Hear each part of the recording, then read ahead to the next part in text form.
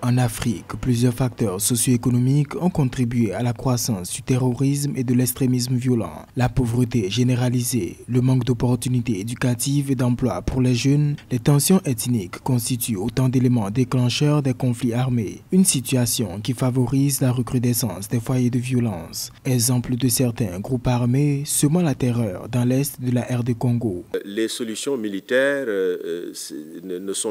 ont démontré leur faiblesse. Et je pense qu'il n'y a aucune armée qui peut faire face à cette bataille, enfin, ces terroristes qui font une bataille asymétrique. Donc, il y a également la nécessité de s'appesantir sur d'autres solutions qui peuvent être des solutions surtout d'engagement communautaire et de conscientisation, enfin, d'information et tout le reste.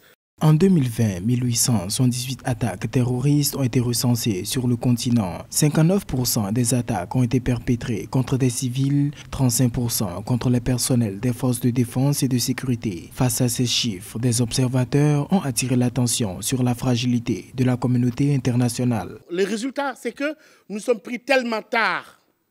Nous avons tellement investi dans le militaire que nous avons négligé l'éducation, la santé. Le président Macky Sall a parlé des effets des ajustements structurels et nous sommes devant un mal là où nous sommes obligés maintenant de jongler en gérant les impératifs et les urgences sécuritaires tout en s'occupant de la prévention. C'est une gymnastique assez compliquée, mais il faut la faire. Les experts pensent que le terrorisme doit plutôt être vu comme une réalité locale, nécessitant un contexte d'échange d'idées, d'approches prospectives et préventives, et non plus comme un fait lointain. Pour certains, limiter la répression militaire en favorisant la présence massive de l'État protecteur pourrait renforcer le dialogue et faire place à un sentiment national d'appartenance.